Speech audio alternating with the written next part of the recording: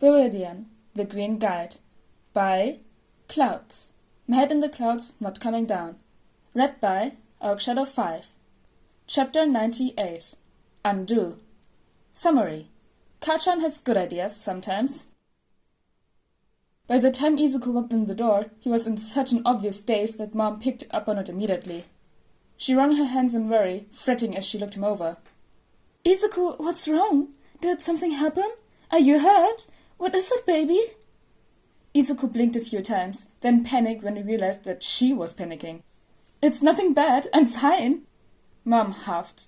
"Well, obviously something happened, baby. What is it? You know you can talk to me, right?" Izuku nodded quickly, but still hesitated for a moment, biting his lip. Denki kinda..." Mom's face fell. "Oh, baby, I'm so sorry." "No, it's not that. I mean, I wouldn't blame him if he decided not to be my friend anymore, but, Izuku smiled hesitantly. "I think you just took me on a date?" Mom's eyes widened and she grinned, pulling him to the couch. "Tell me everything, baby." Katsuki couldn't sleep. For some reason, he just assumed that because Ogawa had escaped the villain factory, that they'd be able to protect him and he'd be safe. But looking back, it was pretty obvious that he had been a naive idiot. Of course the villain factory would have ways of tying off loose ends. Using a brainwashing quirk to do so, however, just left a really nasty taste in Katsuki's mouth. With assholes like All For One out there doing shit like this, no wonder Shinzo had gotten bullied so much. Katsuki shut up in bed at the thought. His first assumption when Ogawa had gone blank like that was that Shinzo had somehow accidentally caught him in his quirk, but even Shinzo himself had seemed panicked for half a second because he had a brainwashing quirk. Katsuki grabbed his phone and ran out the door, barely taking the time to put on his shoes as he searched through his contacts. Izuku picked up on the second ring. "Kachan? What are you doing up in the middle of the night?" Katsuki ignored the question. There were more important things to think about. Can a brainwashing quirk undo a brainwashing quirk? Like two different quirks? Or is the quirk undoing itself? Izuku asked. Sorry, I guess I'm still a little confused." "Never mind," Katsuki replied gruffly. "Where are you right now?" "At home?" Izuku answered hesitantly. "Are you okay?" Kachan cut him off. "And Auntie?" There was a long moment of silence. "Asleep?" Katsuki nodded resolutely. "I'm on my way. See you in 5. "But you live 10 minutes away." Izuku stared at the receiver in confusion, but Kachan had already hung up. He rolled over and cancelled his vigilante alarm even though it wasn't set to go off for another hour. At this point, he probably wasn't going to get to sleep anyway. Mom had ended up demanding a full play-by-play and they stayed up way too late making cookies as they talked and squealed together. He'd only managed to convince her to go to bed a little over an hour ago, and even then, Izuku himself was still too keyed up to sleep. He'd been so nervous when Denki had grabbed his hand and declared that they were going on a date. He'd been half convinced that he'd changed his mind halfway through and end their friendship despite his own insistence that they'd stay friends whether it went well or not.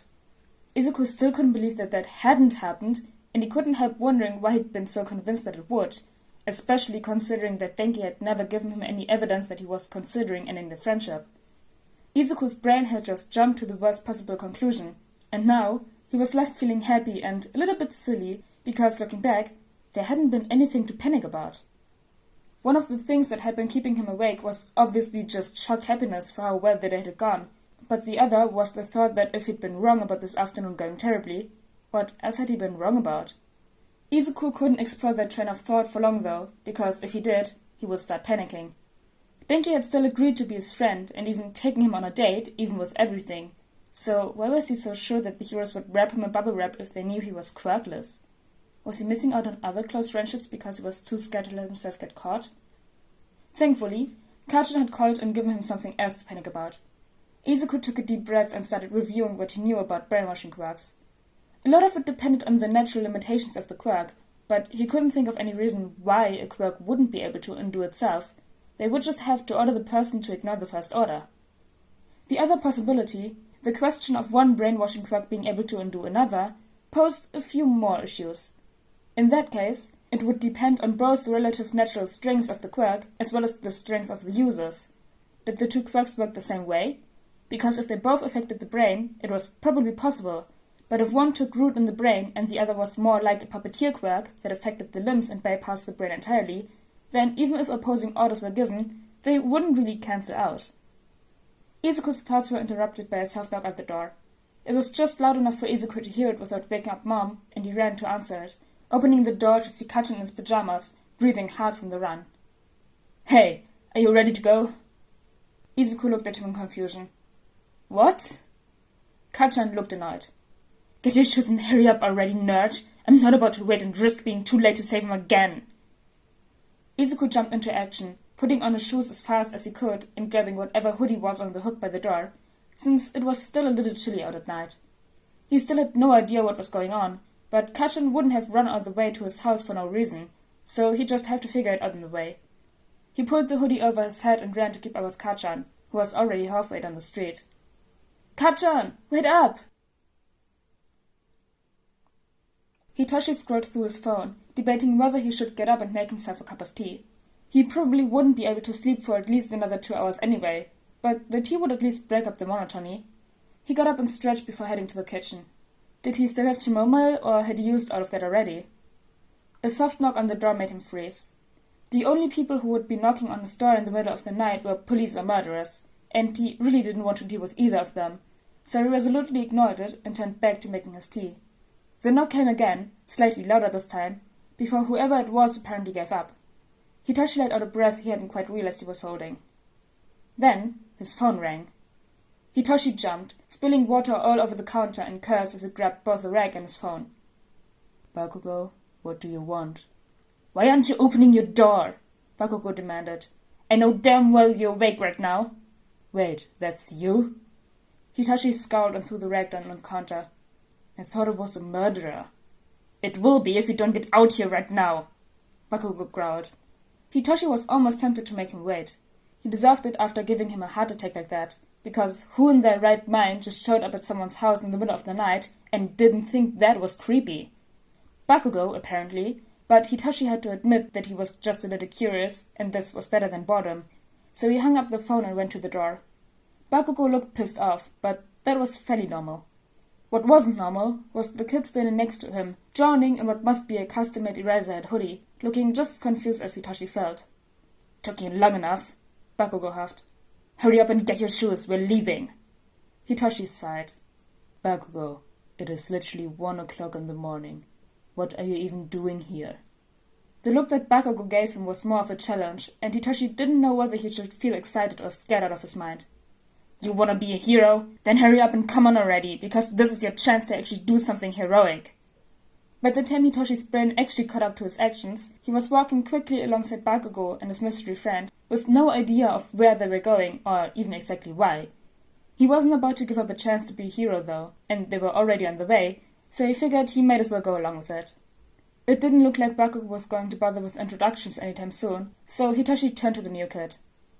"So, you like Eraserhead?" The kid almost jumped out of his skin. "What? Why would you say that?" Hitoshi nodded to his hoodie. "I haven't seen it much online from any of the normal creators, which means it's probably custom ordered, right? I don't meet many other people who even know who he is." "Oh," he bit his lip. "I mean..." Bakugo snorted. "Oh, don't let him fool you. Then I pretty much prefers Eraserhead to any other hero." "Kachan!" the kid scolded, a bright blush on his face. It was a gift." Hitoshi nodded. "Cool. So, Bakugo, do you mind explaining what's going on?" Hoodie Kid nodded. "Yeah, I've been wondering that too. It has something to do with brainwashing quirks, right?" Hitoshi almost stopped walking, looking at Bakugo in betrayal. "What?" The kid, who Hitoshi just decided to call Hoodie, since he obviously wasn't going to be getting a real name, didn't seem to notice his distress, though, because he just kept walking. "I mean, brainwashing quirks have so many possibilities, but from what you said, it sounded like you wanted to counteract brainwashing. Are you just working with one quirk or multiple?" "Multiple. I don't know much about the one we're gonna be fighting, but Ibex here can tell you about the other one," Bakugo answered quickly, turning to Hitoshi. "The nerd is a top-notch analyst. If there's a chance we can use your quirk to stop whatever's happening to Ogawa's brain, he'll be able to figure it out." I'm not really that..." Hoodie stopped. "Wait, what's happening with Ogawa?" There's some stupid quirk linking him back to the villain factory. Bakugo scowled. They can just make him blue screen at any time and take control like some stupid toy soldier or something. Oh, Hoodie frowned. That's... Okay, and it's Shinzo, right? How does the quirk work? Hitoshi glared at him. Are you sure you want to know? Hoodie, idiotically, nodded. I just think quirks are really cool, and if you want to...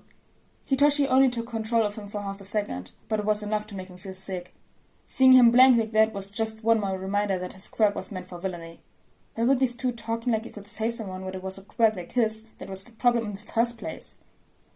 Hoodie shook himself out when Hitoshi released his control, then grinned. Okay, that's really cool. Kachan, that's kinda what you meant by blue screen, right? Yep. Bakugo nodded and led them down another street. What do you think? Hoodie hummed thoughtfully. Well, I still need to see the other quirk, but the good news is that if the blue screen mode looks the exact same, then there's a chance the two quirks will be able to cancel each other out, but... Hitoshi looked at him suspiciously. But what? Hoodie shrugged. But that depends entirely on which one's stronger. Izuku's brain was swirling with ideas and theories, and he really wanted to ask Shinzo more about his quirk, but he was acting the same way Izuku acted when anyone brought up a quirklessness, so he decided not to push until he knew which questions he really needed to ask, which meant he had to see the other quirk first. It was going to be a lot more difficult to figure out the limitations of their second quirk, considering that they were only going to be able to see its effects, but Izuku would figure it out. He wasn't about to not save someone, just because it was going to be challenging. The trip to the hospital didn't take as long as Izuku had expected, but that might have been due to the fact that Kachan had jogged half of it, and the other two had had to either catch up or get left behind. Izuku was used to outrunning heroes, so he didn't mind, but he could tell that Shinzo was pretty grateful when they finally arrived. They got a few weird looks from the nurses and receptionists as they made their way to Ogawa's room, considering that it was the middle of the night and all three of them were in their pajamas, but most everyone they ran into took one look at Kachan and just seemed to accept it. Kachan had always been powerful like that. Even in elementary school, he'd been able to get away with anything. When they got to what Izuku assumed was the correct wing, a doctor finally stopped them. It's not visiting hours yet, boys. We don't care, Kachan growled. You've got a problem and we're here to fix it. I'm not gonna wait till some goddamn visiting hours to save my friend. Please? Izuku didn't think puppy dog eyes would work as well on the doctor as they sometimes did on Mom Eraserhead, but he figured it was worth a try. You can supervise the whole time. I promise we'll drag Kachan out if anything goes wrong. Oi, Kachan scowled. You're not dragging me anywhere, nerd. The doctor hesitated for a moment before saying, Honestly, I don't think there's anything you boys can do. He led them to one of the rooms and opened the door. Izuku gasped softly as he recognized the man strapped to the bed. He'd fought him a few times, but seeing him like this... Alright, he may have told the doctor that leave if things went wrong, but Izuku knew he wouldn't be able to leave until they'd saved him, so he'd just have to make sure nothing went wrong. Simple enough, right? It's been getting worse, the doctor explained. We've had to restrain him for his own safety, as well as our staff's. Kachan went right up to the bed and kicked it. Oi, tentacle freak, wake up! Ogawa started awake, and he looked disoriented for a moment before he caught sight of Kachan and the confusion cleared. Oh, it's just you. Did you really miss me so much that you had to come in the middle of the night? And you brought my friends? Kachan rolled his eyes. These idiots are here to save you, dumbass. Ogawa smiled sadly. I'm not sure that's possible, man. It's alright, though. Actually, it might be, Izuku interrupted. He had to force himself not to freeze when everyone turned to look at him. Well, I mean, we can't save it from what's already happened, but, it's a brainwashing quirk causing the problem, right? Ogawa sighed and slumped against the bed. At least one. I don't remember everything they did to me. They made sure of that, but I know they tried using quirks to make me more compliant. Izuku nodded. I assumed as much. The normal from the USJ was made by the same people, and from what Kachan said, he was completely obedient. I'm not sure... You've already done brain scans, right? He's not showing any sense of mental deterioration, is he?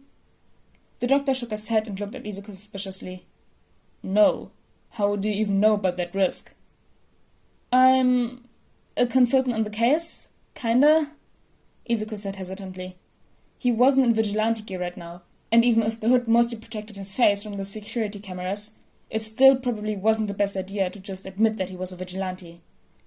I've done a lot of research about quirk theory and quirk transfer, and since most people don't actually think it's possible, there's not really experts on it, so I guess I'm kinda the next best thing? The doctor gave me a look. You pushed your way into the case just like Bakugo here did, didn't you? Bakugo laughed. Way to call him out, dog. You know that Eraser would make you an official consultant in a heartbeat if you'd asked, right? You don't know that, Izuku answered out of habit. But, it's good that there's not any damage. I mean, obviously, but it'll make it easier to predict and track quirk behavior without the extra complications. So, basically they can remotely take control of you, right? Ogawa nodded. That's how it looks like now, yeah. What are you thinking? Izuku smiled. I'm thinking that even if we can't completely undo the brainwashing, there's a good chance that we'll be able to cancel out its effects. Shinzo, would you be able to take control of him? Wait, I'm confused. Ogawa interrupted. Who's taking control of me? That would be me, Shinzo said. Are you okay with that? Izuku held his breath as Ogawa turned to Kachan, then nodded. Yes, if Bakugo brought you here, then I. He went blank, and Bakugo grabbed the doctor's arm when he moved to interfere. This isn't one of the villains, Doc. You got him eye bags. Yeah, Shinzo said. But for someone who agreed to being brainwashed, he's fighting a lot more than I'm used to. Oi, dumbass! Kachan yelled. Stop fighting! He's trying to help you, you idiot! I don't think he is, Izuku muttered. Excuse me? I know you're trying to help him, and we really appreciate all you're doing to protect him, but we're trying to save him too, so can you please stop fighting? Who are you talking to? Shinzo asked. He's not gonna be able to respond like this. Oh, I know, Izuku answered. But your quirk is currently affecting Ogawa, not the past holders for his quirks. That makes sense, the doctor nodded. We think they're what's been knocking him out of the villain factory's control so far. Izuku turned back to Ogawa, who was just staring blankly into space, and addressed the vestiges. Shinzo has a quirk really similar to the ones putting Ogawa in danger, so it's understandable that you want to fight to free him, but the first step to actually doing that is to put him under Shinzo's control so you can try to hijack the commands, okay? They waited a long minute until Shinzo sighed in relief. Okay, they've stopped. What now? Izuku smiled, somehow excited despite the high stakes. Now we fight for him.